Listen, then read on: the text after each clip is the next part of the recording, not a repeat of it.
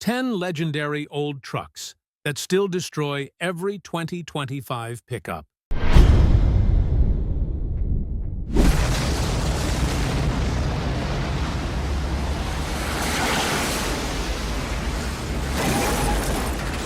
You know what is embarrassing? Dropping 80 grand on a brand new pickup loaded with screens, massage seats, and computers that need software updates only to have some 40-year-old rust bucket outwork it every single day. Modern trucks are busy pretending to be luxury cars, but the old iron was built to last, built to work, and built to survive anything short of a nuclear blast. Today, we are counting down 10 legendary trucks that still embarrass the shiny new models. So grab a coffee, sit back, and let us talk about the machines that refuse to die.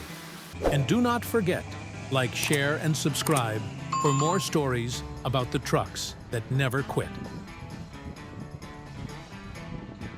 GMC Sierra Grande, 1973 to 1987. Most folks will talk your ear off about Chevrolet pickups from the 70s, but the guys who really knew their stuff gave a quiet nod to the GMC Sierra Grande. And no, it was not just a Chevy with a different badge.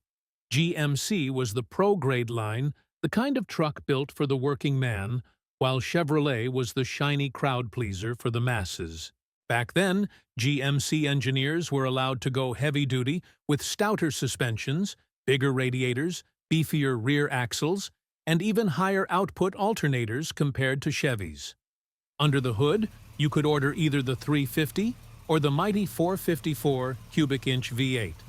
But here was the trick: GMC tuned them for torque and durability, not just headline horsepower. Oversized cooling systems, thick wiring, and heavy-duty everything. These were engines designed to pull all day without breaking a sweat. Compare that to modern trucks. You buy one for 80 grand, and the first thing it does is ask for a software update. The Sierra Grande was different. Twist the key, and it was running no Wi-Fi required. What really makes this truck legendary is its brutal simplicity combined with overbuilt quality. No complicated electronics, no fragile sensors waiting to fail, just steel gears and grit. 40-plus years later, you will still find Sierra Grandes waking up every morning, engines rumbling to life, heading back to the farm or the job site like it was still 1975.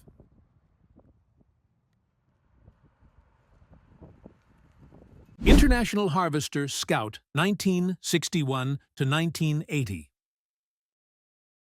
Now, here was a truck that was not pretending to be fancy. The International Harvester Scout was basically a farm tractor dressed up in SUV clothes. Farmers knew exactly what they were buying, something that flat out refused to die. The Scout was less of a car and more of a stubborn piece of machinery. You did not really own it. You just partnered with it until you got too tired to drive. The engine that made it legendary was the 345 cubic inch V8, a power plant originally designed for medium-duty trucks and actual farm equipment. Think about that. International took a motor meant to plow fields and stuffed it into a family vehicle. It was not quick, and it sure was not sipping fuel, but it would run forever. 300,000 miles without a rebuild was not uncommon. That is the kind of lifespan modern trucks only dream about while sitting at the dealership waiting for their next recall. And here is the punchline: working on one did not require a laptop or a degree in computer science. No diagnostic ports, no cryptic warning lights. All you needed was a 13mm wrench, maybe a hammer if you were feeling stubborn too. The Scout had massive frames, transfer cases built like tank parts, and axles that laughed at punishment. Throw one in a muddy field, forget about it for a week, pull it out, and it would still cough back to life. And even today, if you wander through rural America, you will still find these old Scouts out on farms and back roads, working just like they did 50 years ago.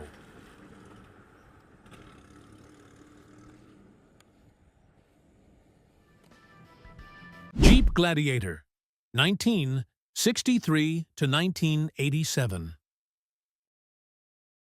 While other manufacturers were busy changing designs every couple of years, like they were trying on new shirts, Jeep stuck with the same Gladiator for nearly 25 years. And why? Because they nailed it the first time. The Gladiator was not about style points or chrome trim. It was built like a survival tool, a truck designed to laugh in the face of the apocalypse. Honestly, it was less a pickup and more like a steel coffin on wheels. Under the hood, the AMC inline-six engines, especially the 258 cubic inch version, became legends in their own right. They did not make crazy horsepower, but they were reliable as sunrise. The Gladiator's fully boxed frame was tougher than what you would find on some one-ton trucks, and its four-wheel drive system was mechanical perfection, with Dana axles, front and rear manual locking hubs, and a transfer case built to take punishment. No electronics, no modules, no fragile sensors, just gears, shafts, and steel. And here is the funny part, fixing the body was just as simple. The panels were flat, the bolts were exposed. If a fender rusted out, you cut a new piece of sheet metal and welded it in. Done. Try that with a modern truck's curvy integrated bodywork, and you will end up with something that looks like abstract art.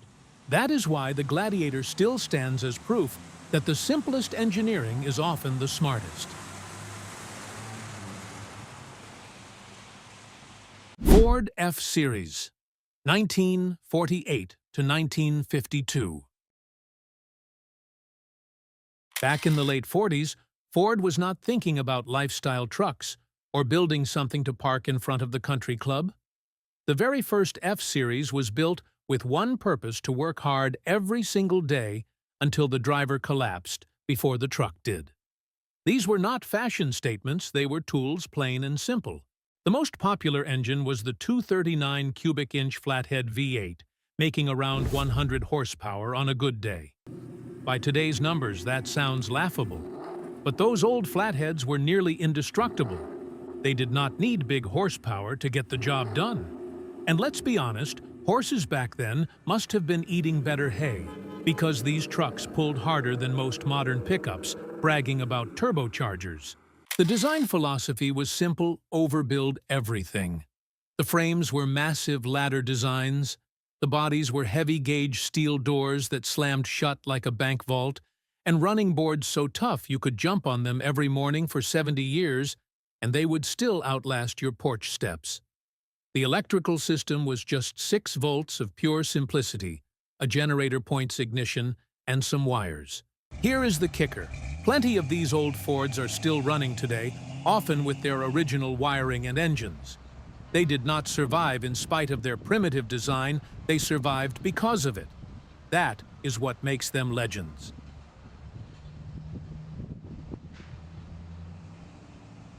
Chevrolet C1019, 67 to 1972. The late 60s C10 was the kind of truck that did everything for a family. Dad could drive it to work, haul lumber on the weekends, and then teach his kid how to change spark plugs right there in the driveway. These were not just trucks. They were classrooms on wheels. You did not just own a C10, you learned on it, sweated on it, and probably swore at it a few times too. The genius of the C10 was in its simplicity. The all-steel body had no flimsy plastic trim. The ladder frame underneath could be welded by any farmer with a torch. Under the hood, you got your choice: the nearly bulletproof 250 inline-six, or the legendary 350 small block V8. Both were built to last, and both were easy enough to fix with basic tools and a little patience. And here is the funny part. The owner's manual back then actually showed you how to set valve lash and adjust ignition timing. Compare that to today, where the manual mostly tells you how to connect Bluetooth and not much else. Pop the hood on a C10, and the engine bay was so roomy you could practically climb in and work beside it. Do the same with a modern truck, and all you see are plastic covers, wires, and enough sensors to make it look like a Lego kit. That is why C10s are still out there today, because they were built to be used fixed and passed down.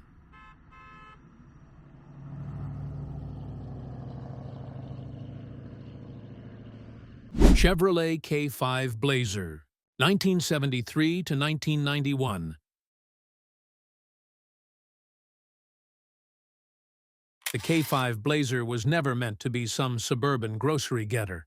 This was basically a Chevy truck, with the back cut off turned into an SUV that could outwork pickups twice its size.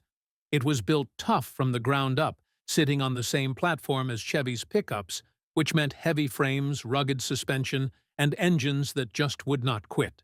The 350 small block V8 was the heart of the K5, and it is still one of the most beloved engines ever made.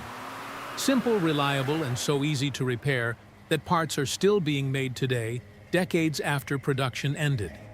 Everything about the K5 was straightforward. No computers, no fancy modules, no sensors waiting to throw tantrums.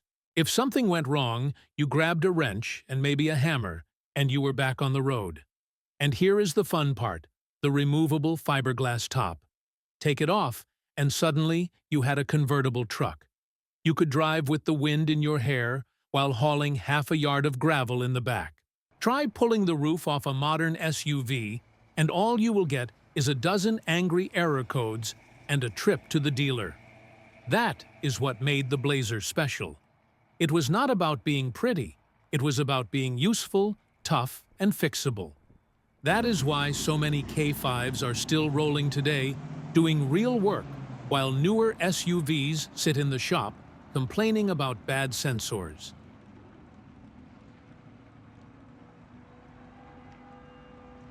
Dodge Power Wagon, 1946 to 1968. The Dodge Power Wagon was not built for trips to the supermarket. This beast was born straight out of World War II, essentially a military truck painted a civilian color, and sold to farmers and ranchers.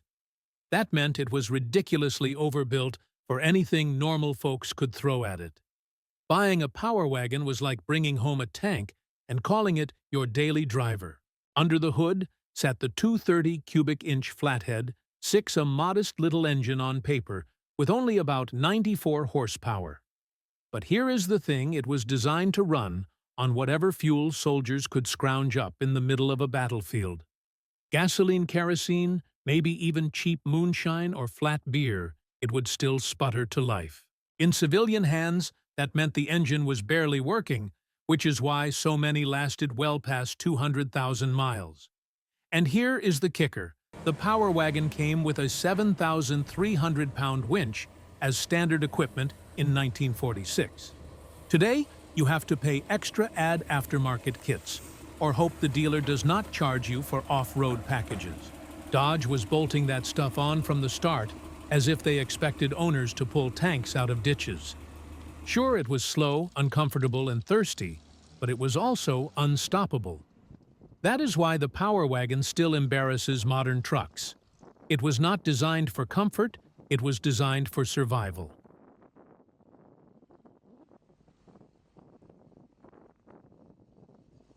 Ford F-250, Highboy, 1967 to 1977. With a name like Highboy, you would think it belonged to some cowboy legend, and in a way, it does. Straight from the factory, the Highboy stood taller than most other trucks of its era, thanks to its unique four-wheel drive setup.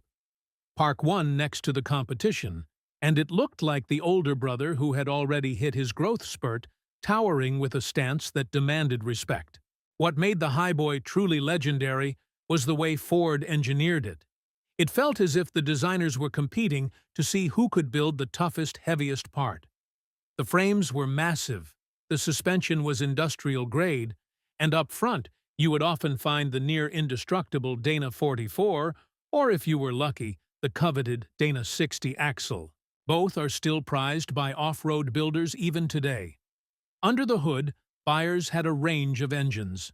The durable 300 cubic inch inline-six small block options like the 360 and 390 FE V8s, and the mighty 460 cubic inch big block V8 delivering around 245 horsepower and over 380 pound-feet of torque. That 460 poured out torque like a fire hose.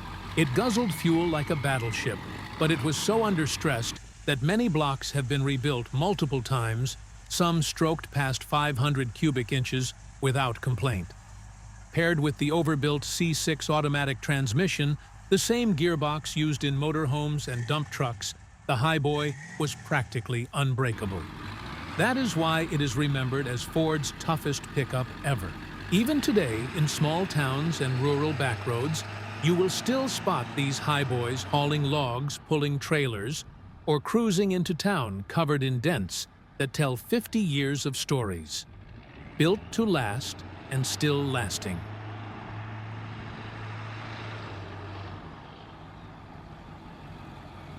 Toyota Hilux, 1968 to 1995. If there was ever a truck that earned the title unkillable, it is the Toyota Hilux. This was the pickup that Top Gear drowned in the ocean, set on fire, dropped from a crane, and somehow it still coughed back to life and drove off. It was less a vehicle and more a cockroach, with wheels the kind of machine that just refused to quit, no matter how badly you treated it. While American trucks of the era were chasing bigger engines and bragging about horsepower, Toyota engineers took a different approach. They were not trying to build the fastest horse in the stable. They were trying to build one that would never die. The Hilux famous 22 R4 cylinder was not a powerhouse, but it was practically indestructible. 500,000 miles was not unusual. There are plenty of stories of Hiluxes passing the 1 million mile mark with the original block still humming along. The secret was in the details: oversized cooling systems, thick head gaskets, timing chains instead of belts. Everything was engineered with massive safety margins, as if Toyota expected these trucks to be abused in deserts, jungles, and war zones. And that is exactly what happened. In places where breaking down meant the end of the road, or the end of you, people chose Hilux, not some leather-wrapped luxury F-150 Limited.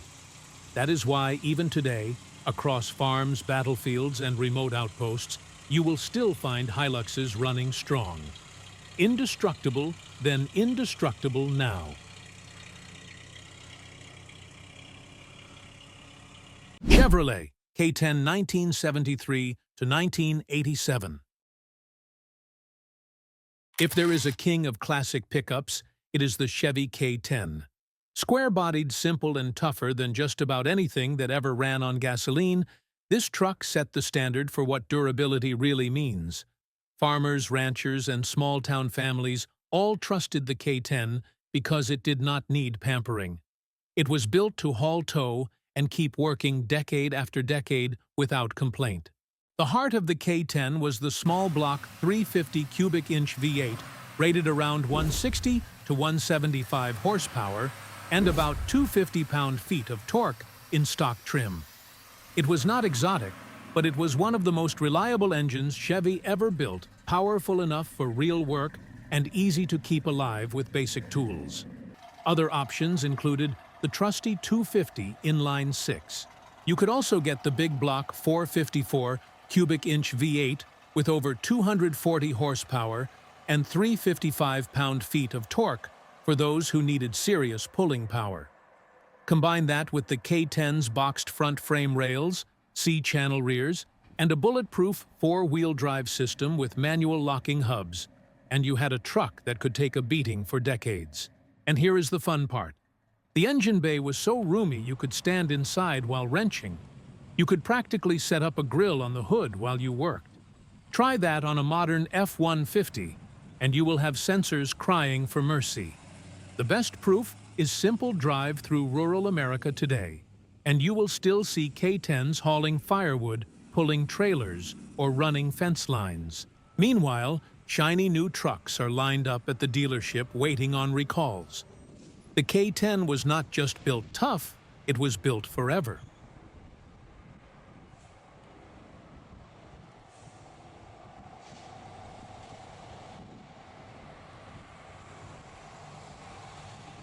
We have just gone through 10 pickups that remind us why old-school muscle still rules the road.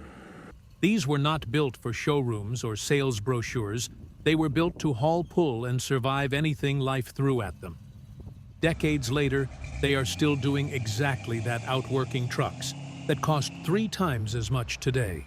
Walk through any small town or farm country, and you will spot them dented, dirty, but still dependable. That is the kind of legacy modern trucks cannot fake. So what about you? Share your stories in the comments, and do not forget to like, share, and subscribe for more.